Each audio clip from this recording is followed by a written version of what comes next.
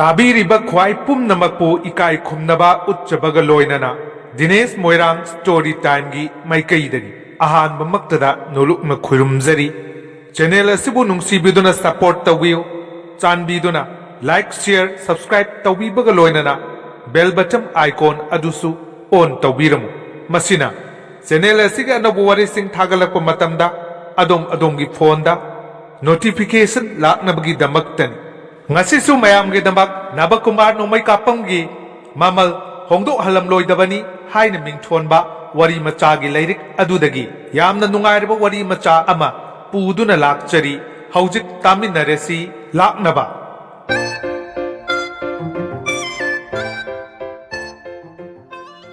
dukan gi karak tuda thachinduna pharaba matungda esai yaimana hai doctor nang maru hunbra thinbra कना कना लाकमिने कनादगिनो पांबई लेट्रबा नावबना खुमदबा याददुना खुम्मी sir अस्वाइदा आइगी नुपीसु ngaihori माना आइबु rehabilitation centre दा पुरकपनि याद कोंगोल कारक तौरोबदुदा मरु हुनबना निसा लोकपा ngamdrabaniना अरोइबु ओइना खुथिन अमतंग नसादा कयादि यावरे करिमता यावद्रे अयावो मखै सिंगलीदा थाजिनखरे SI याइमना लुचिंग टीमसिना नावबु फारगा मागी नुपीना लेरिबा मफमसि ताना लाकमिन्नरे मेमसागी मनाक्ता चंगसिलगा पुलिस तुना हाइरे नदाव यादवनिना कापलुबत ngairingaida तगत तगत टेकना हेक्ट लोए अदो रिहेबिलिटेशन सेंटर दा पुबनी हाइरबनिना फी थीनबा खरदी अदुम खर तौरमलो थादुक पीरगे याद्रगदी फजिलहोबा ताबा मेमचाना नुलुकना हाइरई सर तौबीनु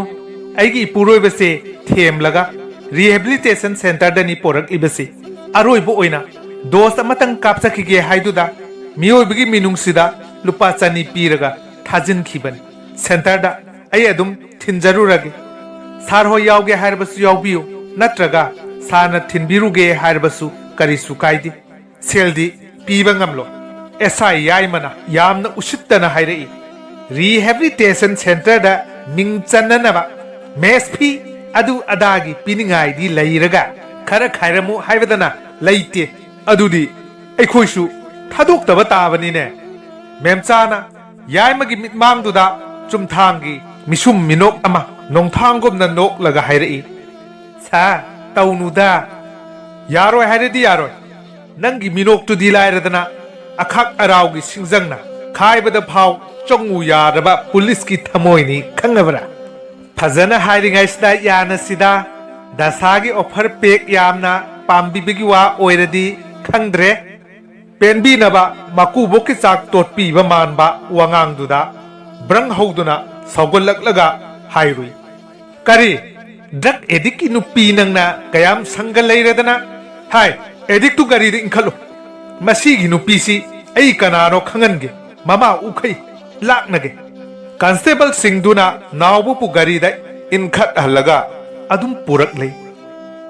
मेमसा संतोकना येंगलमलगा ममाई फट लेरगा नुंगसित की ममांग थाना चटखरे लंफेल पुलिस स्टेशन यौरकलबदा लोकअप अमदा नामसिलमलगा ऑफिस के अतई थबक थानासिंग सुदुना लेरे खल्ले लाक्तब याब्रे येंगे मधुगी रानी गाइदिलियुदो नुमिदांग थेंजिलकलबदा ngasai suriba office ki che sang singdu loisindanaba tauringaida awana he khonjel ama tari ai yadre sidore khatapiyo ai mafam sirabani nakoi loina thabak talaga kaisum sangda sangjani puat khatapiyo manakong thangatuna tai SII ma अफामी थम्फम लोमदगिनी खंसाउ सौनिंग लई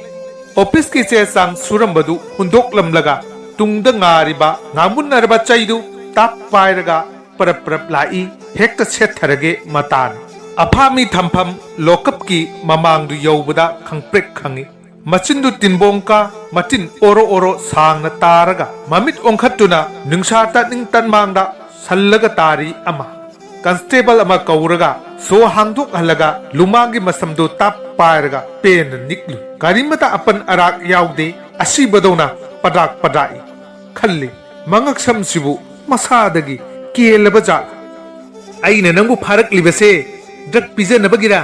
aduga sida lairabasi phau drug chage kaina police akhoise usittabagi wani ne ha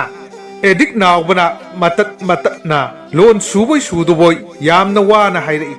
sar ai yam ware sar se anouba officer oiramgani yamna khangba wali ai hingdo manchilaktre phod kita ऐसा याय मना ममिट्टू खायिंग नना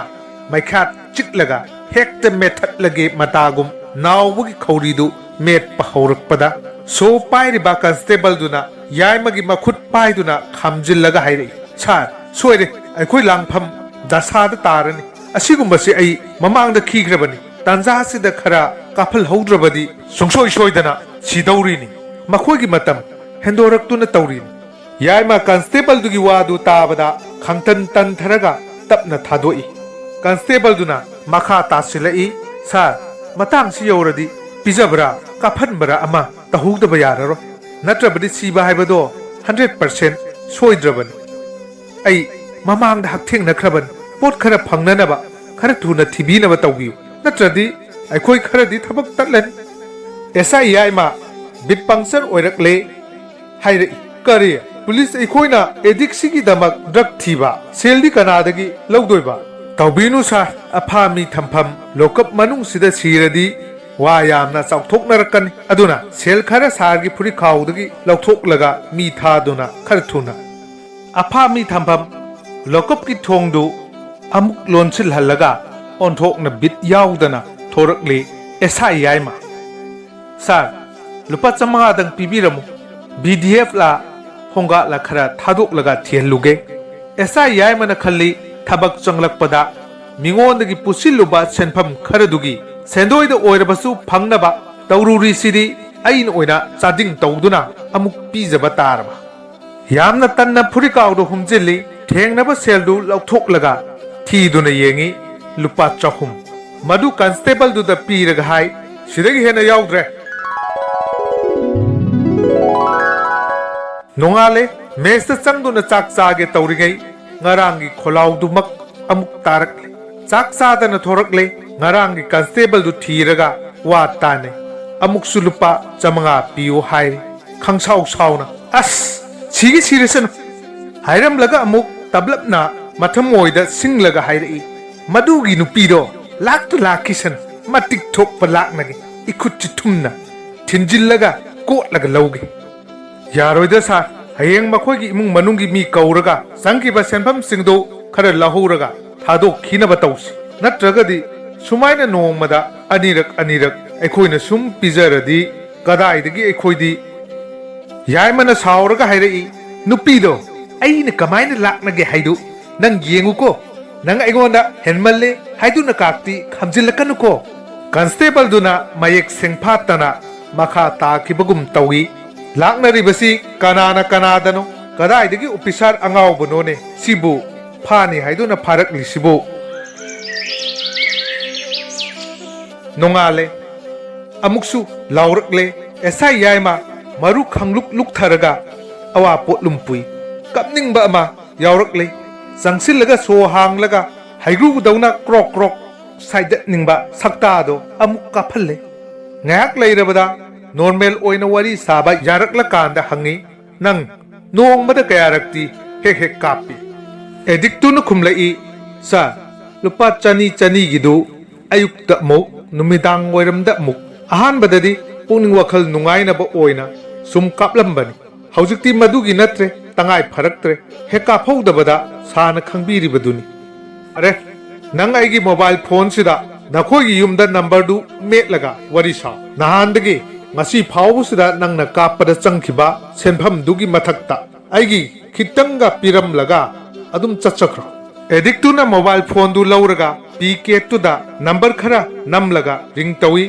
hello SI mana lamduna loudspeaker ki du nammi to kana oirabano aine नंगी नुपा नाउबने कइदौरगे लेरेबाक्तुदसु अवाट अपा अमुक Lebra कदाइदगी नुंगाइबनोदा मसिंग लाकप खुइदिंगी मखोइना अमुक थिटपदा पुंपोक पोपले पुंतेक टेकले इसासे अदो नहानदगी ngasi फावोदा अइना चाखिबा लुपा लिसिंग अनिगा Sargi पिरमनबा Kharga पुरगा लाक थादोक पिरगे हाइरे अइ यामना वारे नखोइ खर थुना लाओ लाओ नंगबु पुलिसिंग दुना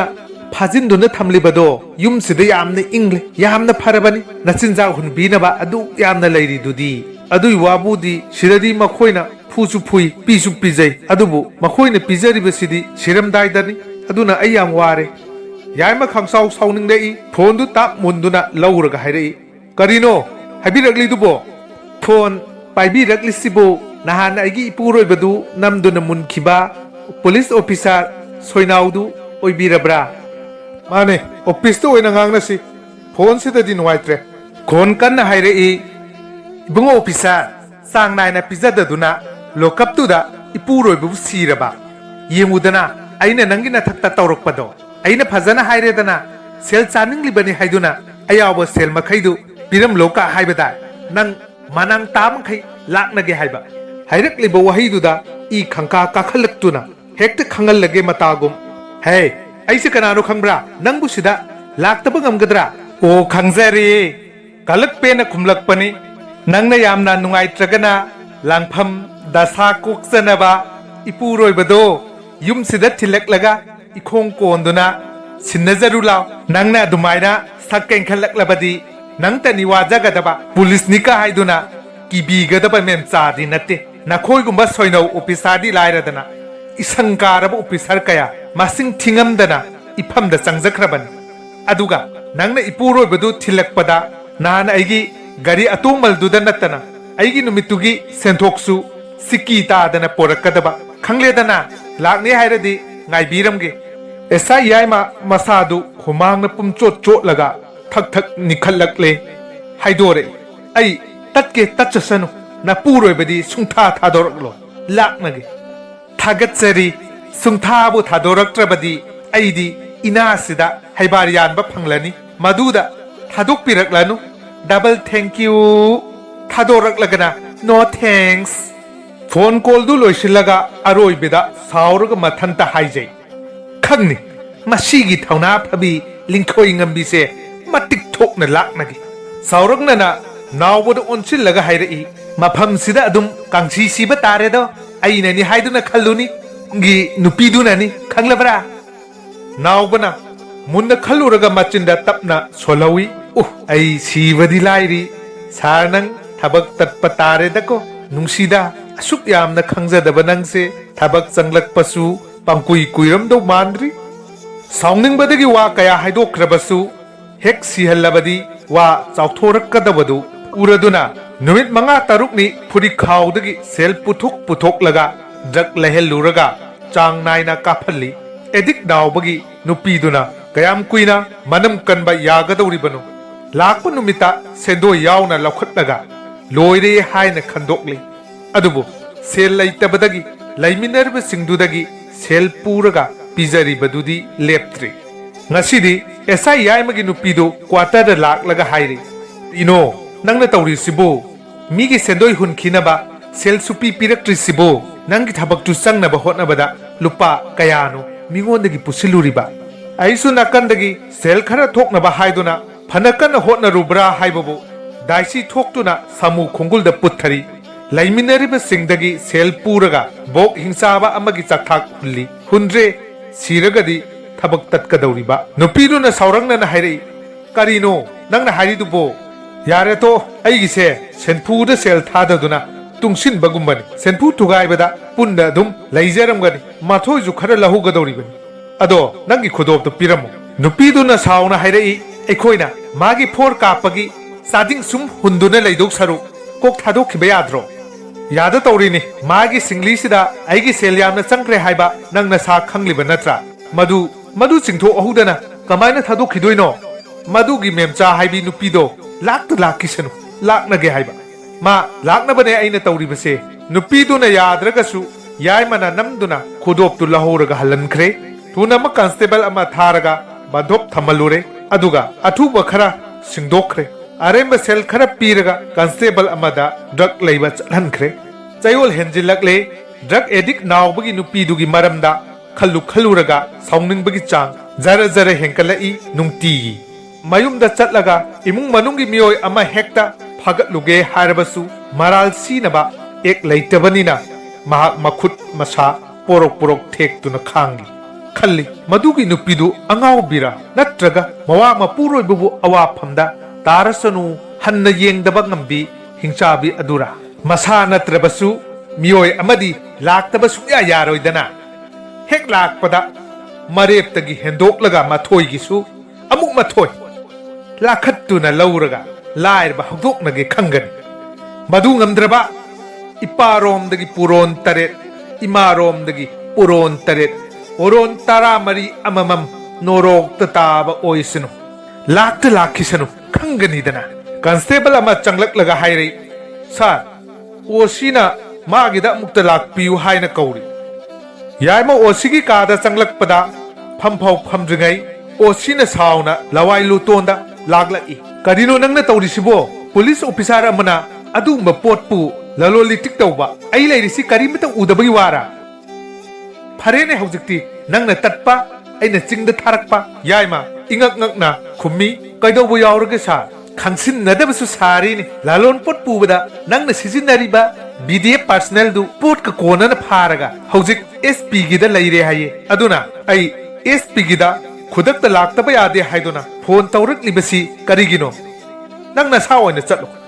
खंगप्रे खंगी यायमा तपना हायरई अइबु ngakpigani सा नहान ड्रग एडिक अमा फारकपनी मारी नोंगमदा अनिरक्तगी तादना कापा ओइरा माले हे काफौदबदा मयादा कोंगोल ब्रिब्रि कारगा ममित्तु अंगौबा ngakta हेक्ता ओंखलकपा लोकप मनुंगदा सीरबदी लोइना इचेन चेनरनी हायदुना खर खर काफनबदा लुपा लिसिंग तरुक हेना मागी सिंगलीदा संख्रपोनी से लैसिलक्त्रदुना नुपीगी खुदो फाव बांधोक थमलगा काफल्लबनी कदाइदगी ललोन बनो सा ओसीदु खंगसाउ साउगलकलगा हायरई करी नंगोन द ड्रग एडिक फाव हाइदी कनाना हाइदिबा नंग सेल यामना पांबै वारो नचदे सा अदुदी करिगी मयुंगी मीनसु लौररो हाइबा यारम लरोइने कसुम संग थागलबसु नंगना नरनाय सेल ड्रग थीरगा पिजरी बदुगुमना तौरकनी खंगबनिना कसुम संगी मियोय सिंगदुनसु लौ यादबनी सदे हेक्ता थादोखिनुको मथोंग मरुम खंगदना मांखरो नत्रगा ड्रग फंगदबदगिरा नत्रगा ओवरडोस ओइबदगिरा वांथदुना मची अमद सीदुना लेरमलबदी नंगत नतना अइसु चेनरकदौरिबनी ऑफिस की गाड़ी अमखक यारिसिदी अइना एसपी गिदा पुरदौनिना नंगना थोकपा अमखक लनाय गाड़ी अमा वायरगा मयुम फावबा नमथिन थिनजुलुचो इमुंग मनुंगी मियोय सिंगदा फजना सिन्नरगा चे अमदा फंगले हाइबगी खुयेक लौरो अइदी पुलिस ओइरबनी हाइदुना फाबु फारबदी लौथोकपा लाकपदा सेल खरा लहौबा यारनी हाइदुना फरक लिबनीने यारे ओसीगी कादगी उंगलगा थोरकले मंगोल योरकपदा मागी मोबाइल फोन दु लौथोकलगा सेव तौसिंदुना थंबा हानगी नंबर दु थीरगा डायल तवी हेलो इतैमा मेमचा ओबिरबरा मोबाइल फोन दुदगी खोंजेल अमना खुमलई सेल यामना चोपा एसआई हुइनाउ दुरो है आई सेल पाइद्री अदुम थमखो मखोंग याव दबा मथोल अनी अहुंगी नयुम साबा कोननबा सेल खरे यामना तालगा लाके वंगांग दुदा खम थेंगना साउनिंगलबसु नचदे सेली करीमता खनबिरुनु नावबसे नाखोगी अदु फावबा थिलकपददी लानाय गारीगी अवाइमलसी आ यौरनी आई कैसापात फावबा थिंदोक चरकलगे नखोय कैसापात फावबुदंग लौबा लाकपीबदा कयाम कायगदगे मधु ताना लाकनबा गारी अतोंगमल भारा लैतीने कमदौनी आइमना नुलुकना हायरई सेली करीमता खनबिरुनु आई सेल सिकी अमा फाव लौजररोय आइगी लांगफम दसाननी अदोमना लाकपगी गारी अतोंगमल भारादो आई ओइना पिजरगे नखोयगी मीसिदा लौथोकपिररो फोनगी स्पीकर दुदगी मी लावबा खोंजेलना हायरई अदो हौजिक लाकपा हाइदुदी ओइथोकलरोइने कमदौसिगे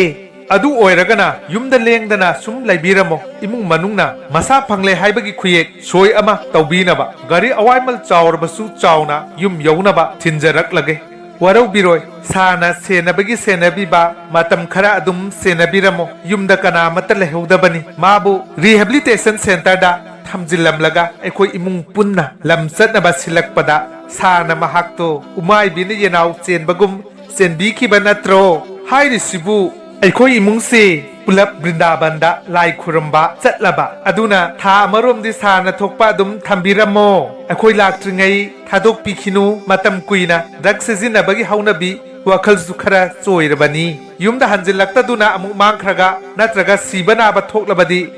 ꯅꯈꯣꯏ ꯁꯥꯊꯤꯅ ꯑꯋꯥꯕ ꯇꯥꯖꯅꯤ ꯌꯥꯏꯃ ꯈꯪꯄ꯭ꯔꯦꯛ ꯈꯪꯅ ꯃꯈꯨꯠ ꯃꯀꯣꯛꯇꯨ ꯈꯪꯄꯥꯏ ꯄꯥꯏꯔꯒ ꯍꯥꯏꯔꯛꯏ ꯑꯣ ꯕꯣꯛ ꯍꯤꯡꯆꯥꯕꯁꯤꯕꯨ ꯊꯥ ꯑꯃꯁꯨ ꯑꯃꯨꯛ ꯁꯦꯟꯅꯈꯤꯗꯣꯏꯕ